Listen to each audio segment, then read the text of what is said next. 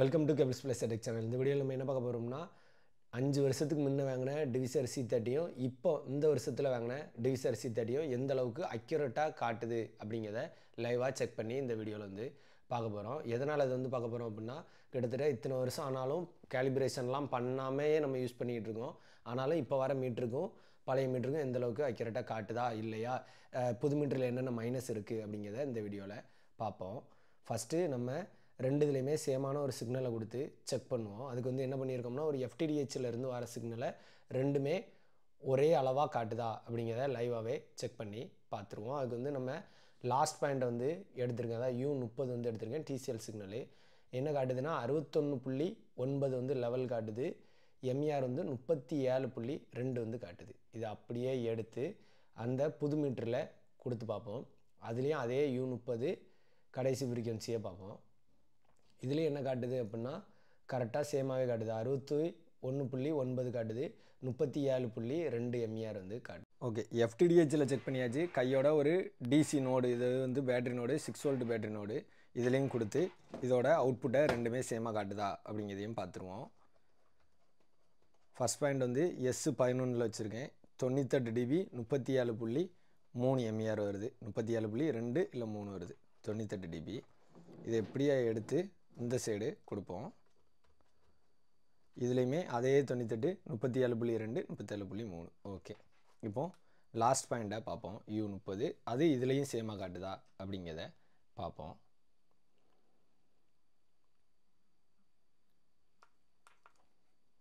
U30 okay, கரெக்டாக 99.9 100 dB தொட்டுருது. 100 dB 37 MER வந்து கரெக்டாக வருது. அதை அப்படியே எடுத்து இந்த பக்கம் கொடுப்போம். இது ஐஜாயிண்டோடு சுற்றிக்கிட்டு வருது. ஓகே ஓகே, கடத்தியாச்சு. இப்போ லாஸ்ட் பாயிண்ட்டு போய்க்கிடுவோம். அதே 137 வருதா அப்படிங்கிறத பார்ப்போம். ஓகே, கரெக்டாக 100 அதே 37 MER வந்து வருது. அக்யூரஸியை பொறுத்தவரை C30 வந்து உண்மையிலே நல்லா தான் பண்ணியிருக்காங்க. லெவலு MERலாம் வந்து ரெண்டுமே சேமாக தான் காட்டுது. நான் இந்த இடத்துல மட்டும் இல்லை, மீட்ரு வந்த உடனே நான் அதை தான் செக் பண்ணேன். எதனால் அதை தான் செக் பண்ணேன் அப்படின்னா, எனக்கு வந்து ஒரு ஆர்வம். அதாவது கிட்டத்தட்ட வாங்கி பல வருஷத்துக்கு மேலாவது பேட்டரியே நம்ம ஒரு டைம் மாற்றிட்டோம். அந்தளவுக்கு நம்ம ரஃப் யூஸ் தான் பண்ணிகிட்டு இருக்கோம். அந்தளவுக்கு யூஸ் பண்ணியும் இது அக்யூரேட்டாக காட்டுமா, இப்போ வார மீட்டருக்கு ஈக்குவலாக சேமாக காட்டுமா அப்படின்னு ஒரு டவுட் வந்து இருந்தது. பரவாயில்ல, இப்போ வாங்கினா அதே மீட்டருக்கும் என்ன அளவு காட்டுதோ ரெண்டும் சேமாக தான் காட்டுது. வெறும் 0.1 தான் வித்தியாசம் வந்து இருக்க செஞ்சுது. அந்த 0.1மே நம்ம இதில் போட்டிருக்க வந்து புது கனெக்டராக இவங்க வந்து போட்டிருக்காங்க. நம்ம இது வந்து கிட்டத்தட்ட அதிக டைம் யூஸ் பண்ணி தேஞ்சிட்டு இதுவுமே புது கனெக்டர் மாற்றினோம்னா அதுவுமே ரெண்டுமே சேமாக தான் காட்டும். அப்போது வேறு என்ன தான் நான் செக் பண்ணையில் வித்தியாசம் தெரிஞ்சுது அப்படின்னா, DC வோல்டேஜில் நான் வந்து ஒரு வித்தியாசத்தை பார்த்தேன். இப்போ வந்து DC வோல்ட்டுக்கு நம்ம ஒரு POCலேருந்து ஒரு 12 வோல்ட்டை கொடுத்து உங்களுக்கு ஃபஸ்ட்டு செக் பண்ணி காட்டுதேன். வோல்டேஜ் எந்தளவுக்கு அக்யூரேட்டாக காட்டுதுங்கிறது உங்களுக்கு இதில் தெரியும்.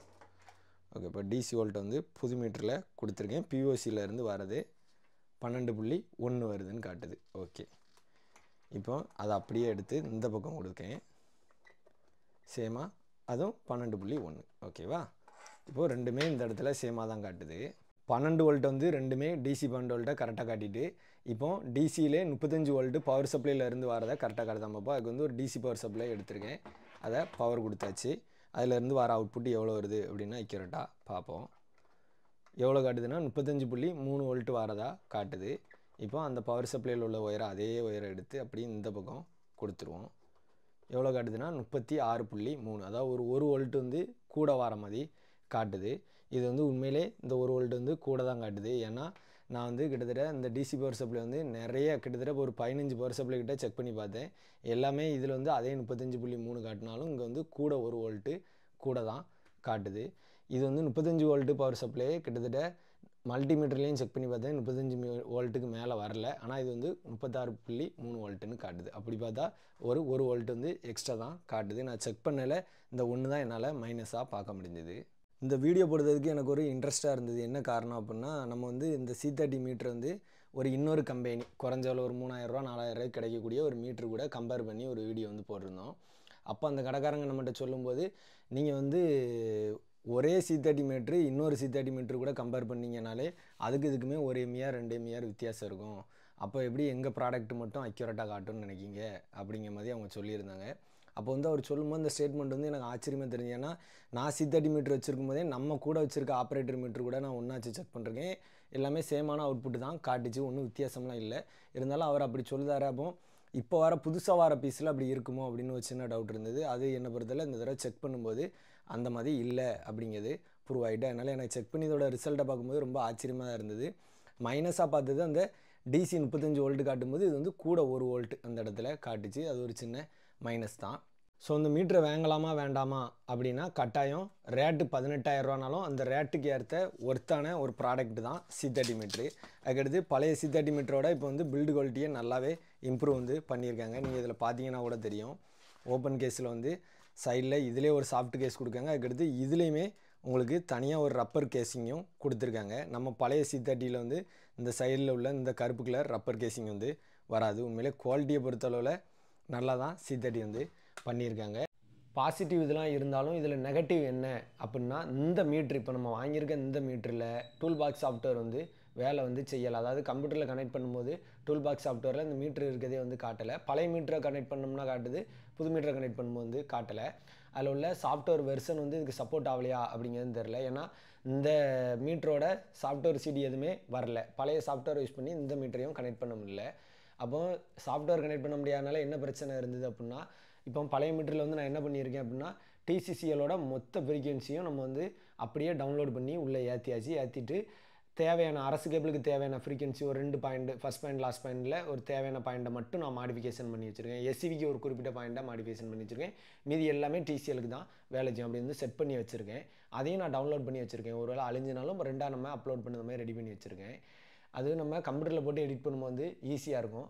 இப்போது இந்த டூல் பாக்ஸ் சாஃப்ட்வேர் கனெக்ட் ஆகலை அப்படிங்கும்போது நம்ம வந்து மேனுவலாக 1 by 1 ஒவ்வொருதையாக நம்ம ஒவ்வொரு ஃப்ரீக்வன்சியும் நம்ம டைப் பண்ணி சிம்பிள் ரேட்லாம் டைப் பண்ணி என்ன கோமன் டைப் பண்ணி மீட்டர்லேயே டைப் பண்ணி நம்ம எடிட் பண்ண வேண்டியிருக்கு. அது வந்து கிட்டத்தட்ட வேலையும் அதிகம், நமக்கு அதிக கஷ்டமாக இருக்குது. பேக்கப்பும் எடுத்து வைக்க முடியாது. நாளைக்கு அழிஞ்சிட்டாலும் மறுபடியும் இருந்து நம்ம டைப் பண்ணி வைக்க வேண்டியிருக்கும். இது எனக்கு இந்த மீட்டரை பொறுத்தவரை எனக்கு பெரிய மைனஸை தான் பட்டுது. டூல் பாக்ஸ் சாஃப்ட்வேர் வந்து கரெக்டாக கனெக்ட் வந்து ஆகாதது. அதுக்கடுத்து வேறு என்ன மைனஸ் அப்படின்னா, இதோட அன்பாக்சிங் வீடியோ போட்டுக்கும்போது அதோட கமெண்ட் செக்ஷனை கூட நீங்கள் பார்த்தீங்கன்னா நிறைய பேர் வந்து C30 வாங்கினவங்க இந்த மாதிரி மதர் போர்டு கம்ப்ளைண்ட்டில் அவங்களுமே அனுபவப்பட்டிருக்காங்க. அதனால் C30 பொறுத்தளவில் இந்த மாதிரி சின்ன சின்ன கம்ப்ளைண்ட்கள் வந்து வரதான் செய்யுது. அதாவது இப்போ மதர் போர்டு கம்ப்ளைண்ட்லாம் வந்துன்னா மீட்டர் ரேட்டோட அதிக ரேட் வந்து சர்வீஸுக்கு வந்து ஆகுது அப்படிங்கிறது ஒரு பெரிய பிரச்சனை தான். இதெல்லாம் சரி பண்ணாங்கன்னா இன்னும் நல்லாயிருக்கும். அது ஒரு மைனஸ் தான். அக்யூரசியை பொறுத்தவரை C30 வந்து கட்டாயம் சூஸ் பண்ணலாம். ஆனால் இந்த மாதிரி பேக்கெண்ட்லேயும் சில பிரச்சனைகள் இருக்குது. அதை தெரிஞ்சுக்கிட்டு வாங்குறது நல்லது. இவ்வளோதான் அந்த வீடியோ. மேலும் இது போன்ற டெக்னிக்கல் தகவல்களுக்கு கேபிள்ஸ் ப்ளஸ் டெக் சேனலை சப்ஸ்கிரைப் பண்ணி சப்போர்ட் பண்ணுங்கள். தேங்க்யூ.